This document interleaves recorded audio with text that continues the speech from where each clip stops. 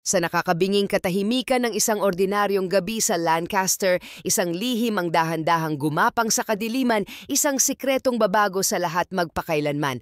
Magandang araw sa inyong lahat, mga taga-subaybay ng mga kwentong humahamon sa ating pangunawa sa katarungan at sa kalikasan ng tao. Sa bawat krimen na ating sinusuri, mayroong isang kwento ng buhay, ng pangarap at madalas ng isang pagtataksil na sumisira sa lahat ng ito. Ang istoryang ating tutunghayan ngayon ay isang maligim na paalala na kung minsan ang pinakamalaking panganib ay hindi nagmumula sa mga estranghero sa dilim, kundi sa taong pinangakuan tayong poprotektahan. Ito ang kwento ni Sheila Elizabeth Cabrera, isang ina na tumawid ng karagatan mula sa Peru dala ang isang simpleng pangarap, ang mabigyan ng ligtas at magandang kinabukasan ang kanyang 3 anak na lalaki. Sa Lancaster, California, sinimulan niyang buuin ang pangarap na yon, piraso bawat piraso, sa pamamagitan ng kanyang walang kapagurang pagsisikap at walang hanggang pagmamahal. Ngunit sa likod ng mga ngiti at ng imahe ng isang masayang pamilya, isang madilim na katotohanan ang nagkukubli, isang sikreto ng pang-aabuso at takot na matagal na niyang itinatago. Nang sa wakas ay magpasya siyang kumawala para sa kaligtasan ng kanyang mga anak, ang plano niya para sa kalayaan ay naging mitya ng isang karumaldumal na krimen. Paano nga ba ang isang desisyon na dapat sanang maging simula ng bagong buhay ay naging dahilan ng kanyang maagang kamatayan? Paano nagawang talikuran ng isang ama ang lahat para lamang pagtakpa ng isang kasalanang mag-iiwan ng habambuhay na sugat sa puso ng kanyang mga anak? Samahan ninyo kami sa paglalakbay na ito habang binubusisi natin ang isang kaso ng pag-ibig na nauwi sa pagkontrol, isang pagtakas na humantong sa trahedya at ang mahabang paghahanap para sa hustisya na tumawid ng mga bansa. Ito ay isang kwento ng pananampalataya, pagtataksil at ang hindi matatawarang lakas ng isang komunidad na nagsama-sama upang ipaglaban ang alaala ng isang babaeng ang tanging hangad ay mabuhay ng payapa. Nang lisanin ni Sheila Elizabeth Cabrera ang kanyang bansang sinilangan, ang Peru, bitbit niya ang isang pag-asa na siyang tanglaw ng milyon-milyong migrante sa buong mundo, ang pag-asa para sa kaligtasan, katatagan at pagkakataon. Nais niyang ibigay sa kanyang mga anak ang lahat ng bagay na hindi niya naranasan. Ang paglipat sa Estados Unidos ay hindi lamang pagbabago ng bansa. Ito ay isang pagtalon na may kalakip na pananampalataya, isang sugal para sa isang mas magandang bukas. Dumating siya na may mga pangarap sa kanyang puso, tapang sa kanyang dibdib at determinasyon ng isang ina na handang gawin ang lahat para itayo ang isang matibay na pundasyon para sa kanyang pamilya. Sa edad na 33, marami na sa kanyang mga pinapangarap ang unti-unti niyang naabot. Sa Lancaster, isang tahimik na komunidad sa California, nakilala si Sheila bilang isang mapagmahal na ina sa kanyang 3 batang lalaki. May edad 9, 6 at 4 na taong gulang. Isa siyang babaeng walang kapaguran sa pagtatrabaho upang matustusan ang kanilang mga pangangailangan. Madalas na ikwento ng kanyang mga kaibigan at kapitbahay ang kanyang kabaitan at pagiging bukas palad. Siya yung tipo ng tao na laging naaalala ang mga kaarawan, nagdadala ng pagkain sa mga kapitbahay na dumaranas ng paghihirap at nakukuha pa ring ngumiti sa kabila ng sarili niyang mga pinagdadaanan. Inilarawan siya ng mga malalapit sa kanya bilang isang debotong ina at isang tapat na kaibigan. Ipinagmamalaki niya ang maliliit na detalye ng kanilang buhay, ang paghahanda ng mga lutong bahay na pagkaing Peruvian para sa kanyang mga anak, ang pagtulong sa kanila sa kanilang mga takdang aralin at ang pagdekorasyon sa kanilang simpleng apartment sa Lancaster Boulevard gamit ang mga litrato, mga guhit at makukulay na palamuti na nagbibigay buhay at init sa kanilang tahanan. Sa kabila ng limitadong kakayahan, nilikha niya ang isang espasyo na puno ng halakhak at pagmamahal. Ngunit sa likod ng payapang imaheng ito, isang madilim na anino ang dahan-dahang lumalaki. Si Josimar Cabrera, ang kanyang asawa, ay tila isang mapag-arugang kabiyak sa paningin ng publiko. Ngumingiti siya sa mga tao, ginagampanan ang papel ng isang ama at nagbibigay ng impresyon ng isang matatag na pamilya. Subalit sa likod ng kanilang mga saradong pinto, ibang-iba ang takbo ng kanilang buhay. Bago pa man sila lumipat sa Estados Unidos, mayroon ng ulat na isinampa si Sheila sa Peru laban kay Josimar dahil sa pang-aabuso. Ayon sa kanyang ina na nananatili sa Lima, sinaktan siya ni Josimar, pinagmalupitan at minsan ay napagbuhatan pa ng kamay ang kanilang bunsong anak. Ang mga nakakaalam nito ay nangangamba para sa kanya, ngunit itinago ni Sheila ang karamihan sa kanyang sakit. Tulad ng maraming babae na nasa kanyang sitwasyon, umasa siyang magbabago ang lahat kapag magsimula sila ng bagong buhay sa ibang bansa. Sa kasamaang palad, ang karahasan ay hindi tumigil, sinundan lamang siya nito hanggang sa California. Nagsimulang mapansin ng kanyang mga kaibigan ang mga pagbabago kay Sheila. Ang kanyang masayahing enerhiya ay unti-unting napalitan ng isang tahimik na pagkapagod. Ngumingiti pa rin siya, tumutulong pa rin sa iba, ngunit ang kanyang mga mata ay tila mas malayo ang tingin. Si Elizabeth Rauso, isa sa kanyang mga pinakamalapit na kaibigan, ay nagsabi sa mga investigador na pakiramdam ni Sheila ay para siyang nakakulong sa isang hawla. Pinagbantaan siya ni Josimar na kukunin ang mga bata kung iiwan niya ito. Isang takot na siyang nagtali sa kanya sa relasyong iyon sa loob ng maraming taon. Sa gitna ng takot na iyon, nanatiling mabuti ang puso ni Sheila. Tinutulungan niya ang kanyang mga kapitbahay sa maliliit na bagay, nagbabahagi ng mga kwento tungkol sa kanyang kabataan sa Peru at madalas niyang banggitin ang kanyang mga pangarap para sa kanyang mga anak. Nais niyang lumaki sila sa kapayapaan na papaligiran ng pagmamahal. Nais niyang sila ay makapag-aral, makapaglakbay at mamuhay ng malaya. Ang pangarap na iyon ang nagpatuloy sa kanya kahit na ang mga pader ng kanyang pagsasama ay unti-unting sumisikip sa kanyang paligid. Pagsapit ng tag-init ng 2025, buo na ang desisyon ni Sheila. Ang mga tao ng pang-aabuso ay tuluyan ng umubos sa kanyang lakas at hindi na niya kayang mamuhay sa takot. Nagsimula siyang planuhin ang kanyang pagtakas. Maingat siyang nag-ipon ng pera, palihim na nakipag-usap sa mga kaibigang pinagkakatiwalaan niya at naghanda na maghain ng diborsyo. Binalak din niyang iulat si Josimar sa mga autoridad sa Lancaster, determinado siyang protektahan ang kanyang mga anak sa kahit anong paraan. Noong 9 ng Agosto, tinawagan niya ang kanyang mga magulang sa Peru at sinabi ang lahat. Sinabi niyang handa na siyang umalis at pupunta siya sa pulisya. Ang kanyang boses ay may daladalang takot at pag-asa, takot sa kung ano ang maaaring mangyari kung malalaman ng kanyang asawa at pag-asa na sa wakas ay makakapagsimula na siya muli. Malinaw na naaalala ng kanyang ina ang tawag na iyon. Ito na pala ang huling beses na maririnig niya ang boses ng kanyang minamahal na anak. Sa loob ng kanilang apartment, ang tensyon ay tumitindi. Alam ni Josimar kung ano ang kanyang kahaharapin. Ang ideya ng pagkawala ng kontrol ay hindi niya matanggap. Ayon sa mga kaibigan, tila malayo ang isip niya at laging galit sa mga araw bago nawala si Sheila. Ang hindi alam ni Sheila ay nakapagdesisyon na rin si Josimar. Kung hindi niya kayang panatilihin si Sheila sa ilalim ng kanyang kontrol, sisiguraduhin niyang wala ng ibang makakaangkin sa kanya. Sa gabing iyon na nagbago ang lahat. Ang 9 ng Agosto 2025 ang magiging huling araw na makikita si Sheila Cabrera ng buhay. Sa mga unang oras ng 10 ng Agosto, habang mahimbing na natutulog ang kanyang mga anak sa kabilang silid, isang karumal-dumal na pangyayari ang naganap sa loob ng kanilang apartment sa Lancaster.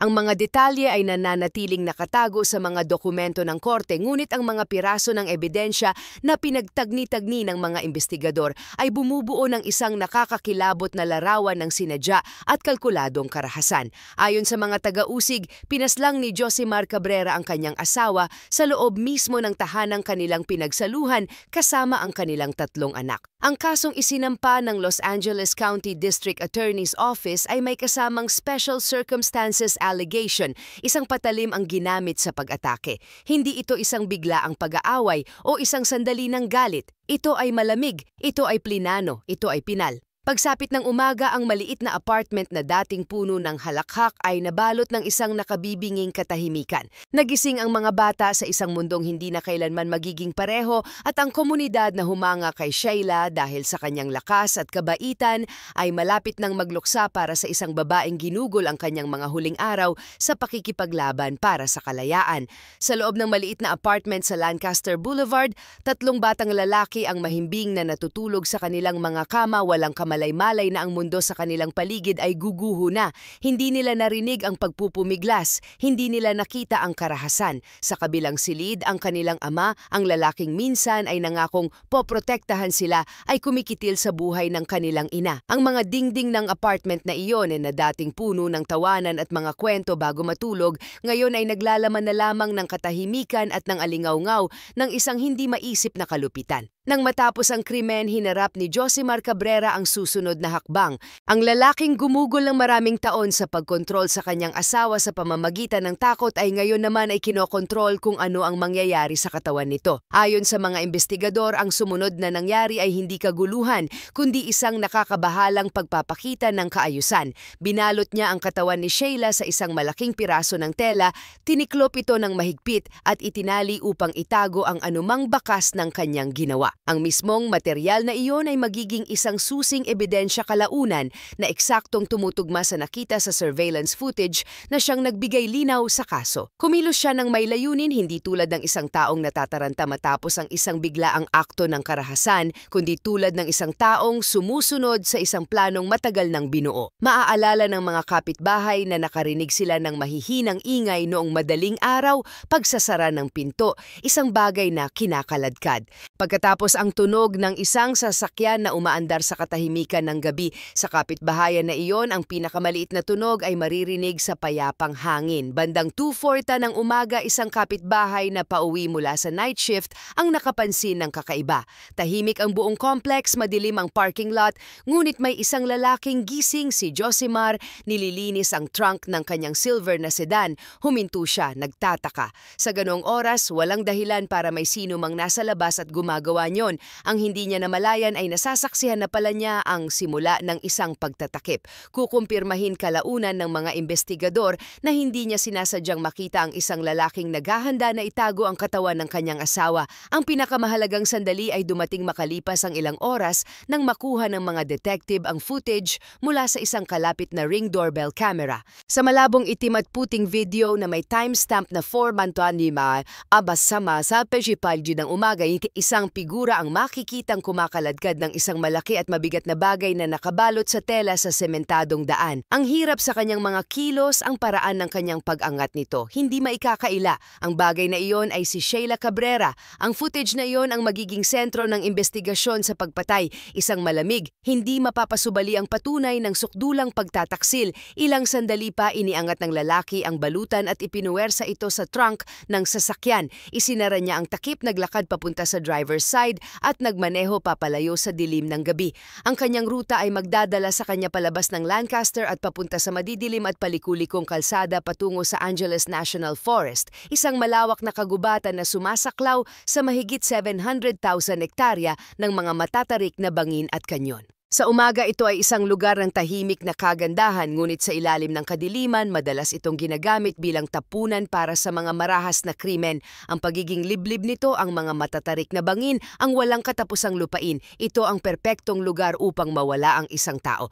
Nagmaneho si Josimar papasok sa kailaliman ng kagubatan, dumaan sa mga matutulis na liko at makikitid na daan hanggang sa makahanap siya ng isang lugar na tago sa paningin. Doon sa malamig na hangin ng madaling araw, binuksan niya ang trunk at inilabas ang balutan. Tahimik ang kagubatan, walang dumadaang sasakyan, walang nakakita sa kanyang ginawa.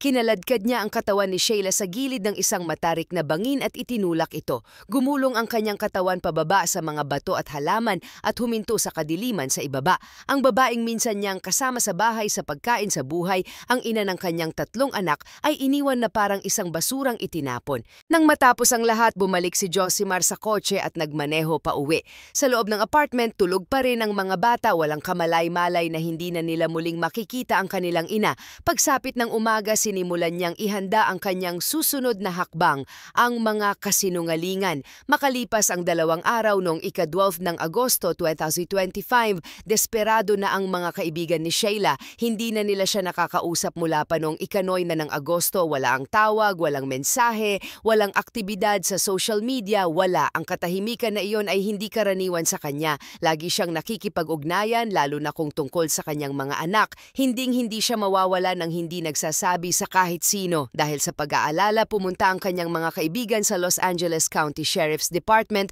upang mag-file ng ulat ng nawawalang tao. Pinuntahan ng mga pulis ang apartment ng mga Cabrera. Si Josimar ang nagbukas ng pinto.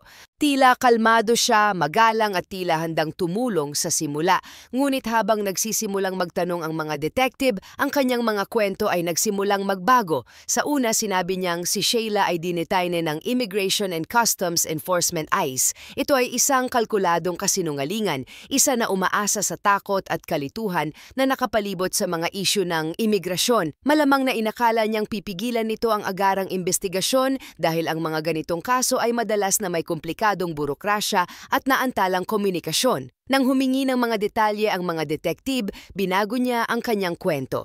Ngayon sinabi niyang iniwan siya ni Sheila para sa ibang lalaki. Maya-maya sa pangatlong bersyon, sinabi niyang naaksidente si Sheila ngunit wala siyang maibigay na detalye. Walang saksi, walang ulat, walang lokasyon. Bawat kwento ay salungat sa nauna. Bawat bagong paliwanag ay gumuho sa ilalim ng pinakasimpleng mga tanong. Hindi nagtagal, napagtanto ng mga detektib na hindi sila nakikipag-usap sa isang nag-aalalang asawa. Nakikipag-usap sila sa isang lalaking sinusubukang pagtakpan ang kanyang ginawa.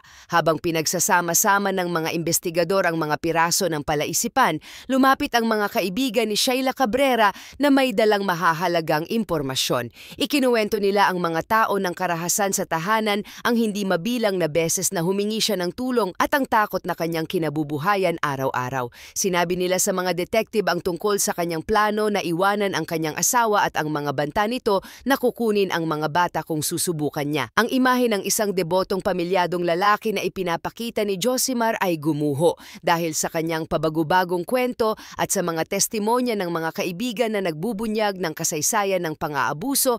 Naunawaan ng mga investigador na hindi na ito isang simpleng kaso ng nawawalang tao. Ito ay isang investigasyon sa pagpatay na nagkukubli. Sinimula ng mga detective na suriin ang bawat posibleng bakas.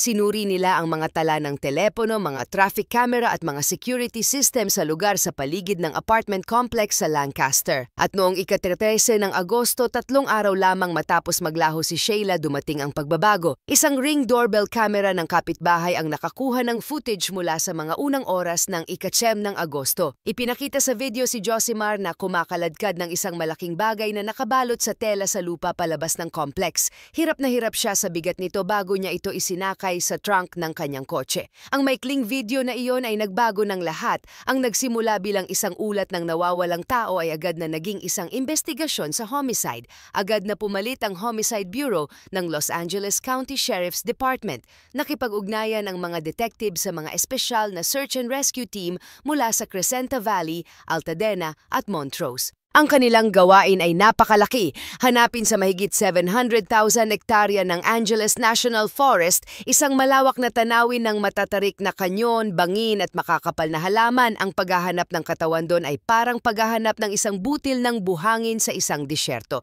Ngunit alam nilang kailangan nilang subukan. Samantala, isang bagong impormasyon ang nagpadagdag ng pagkaapurahan sa kaso. Si Josimar at ang 3 anak ng mag-asawa ay nawawala na rin.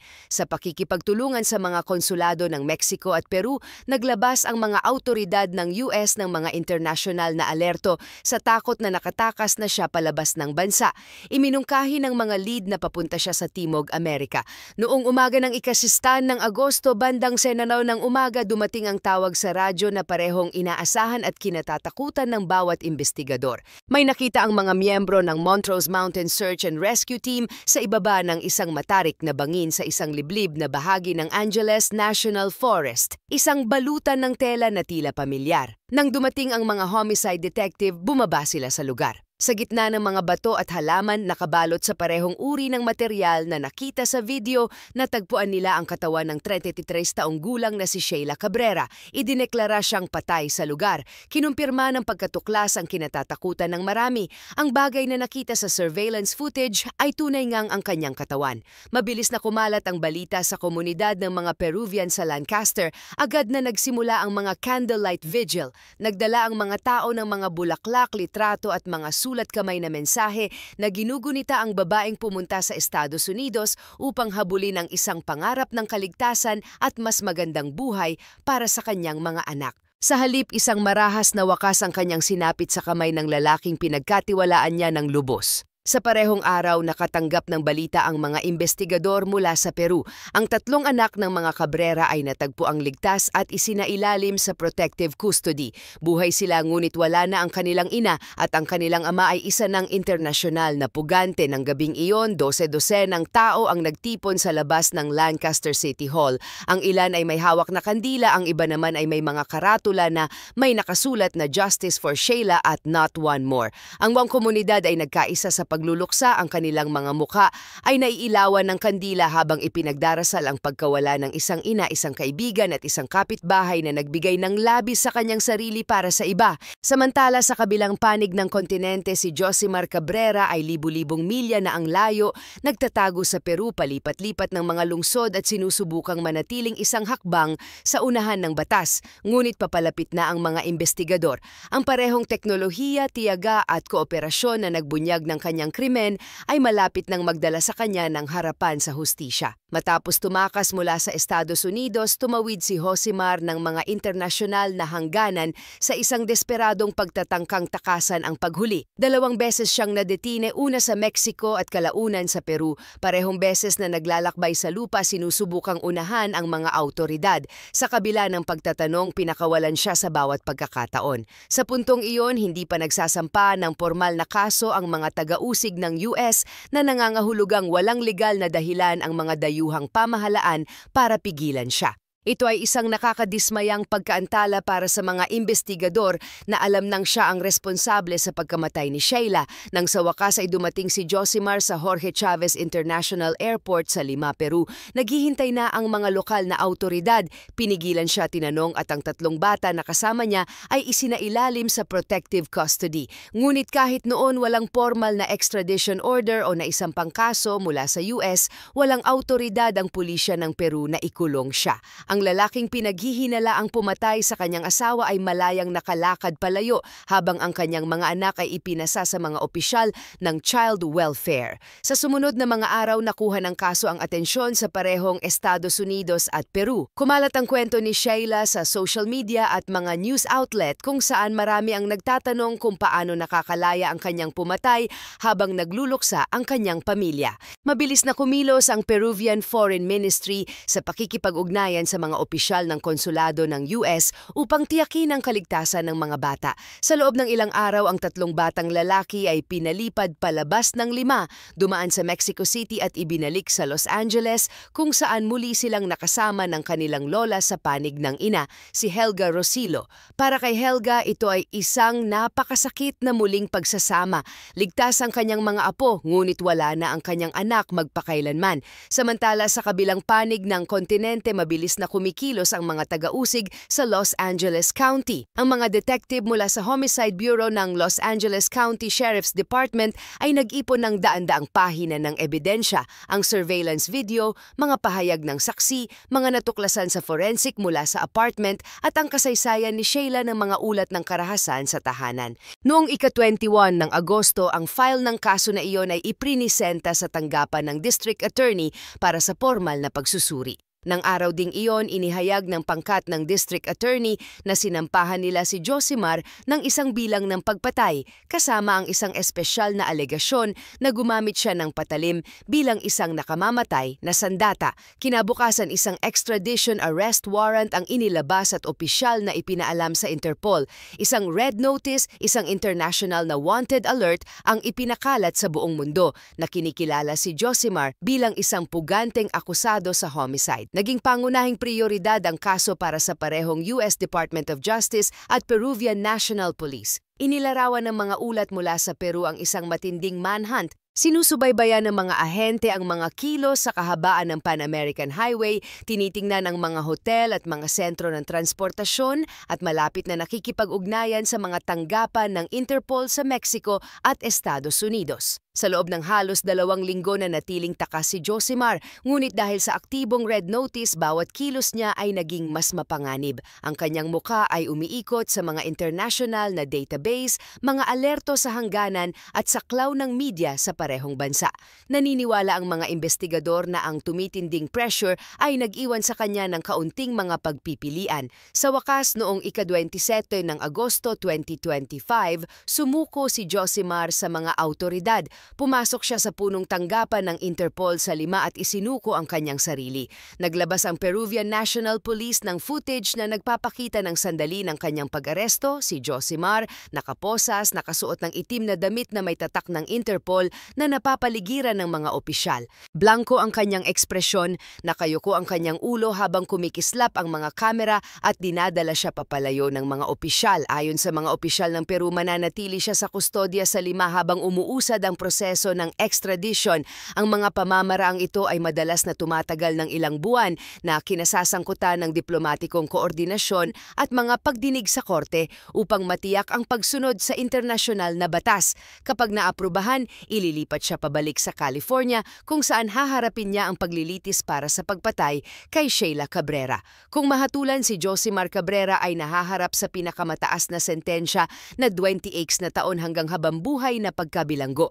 Para sa pamilya ni Sheila, ang mahabang paghihintay para sa hustisya ay malayo pa sa pagtatapos. Ngunit pagkatapos ng mga buwan ng takot, paghahanap at dalamhati, sa wakas ay mayroong pag-asa na ang taong sumira sa kanyang buhay ay mananagot.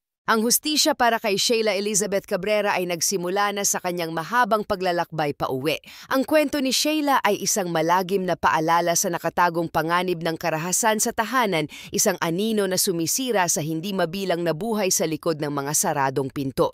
Ipinapakita nito ang pambihirang tapang na kinakailangan upang subukang kumawala sa isang mapang-abusong relasyon at ang nakapanlulumong katotohanan na ang pinakamapanganib na sandali para sa isang biktima ay madalas kapag sila ay nagpasya ng umalis. Ang kanyang pangarap na makahanap ng kaligtasan sa Amerika ay biglang nagwakas, hindi dahil sa mga panganib ng isang bagong bansa, kundi dahil sa karahasang dinala niya mula sa kanyang nakaraan. Ngunit sa gitna ng trahedyang ito, sumibol ang isang bagay na makapangyarihan, ang tinig ng isang komunidad na tumangging manahimik. Ang pagmamahal ng kanyang mga kaibigan, ang determinasyon ng mga investigador at ang pagkakaisa ng mga taong hindi man siya kilala ay nagpatunay na ang kanyang alaala ay hindi malilimutan. Ang kanyang paglalakbay para sa hustisya ay nagsisimula pa lamang, isang paglalakbay na pinatatakbo ng pag-ibig ng isang ina na naghahanap ng kapayapaan sa Amerika at ng isang komunidad na tumatangging hayaan ang kanyang kwento na malibing sa limot.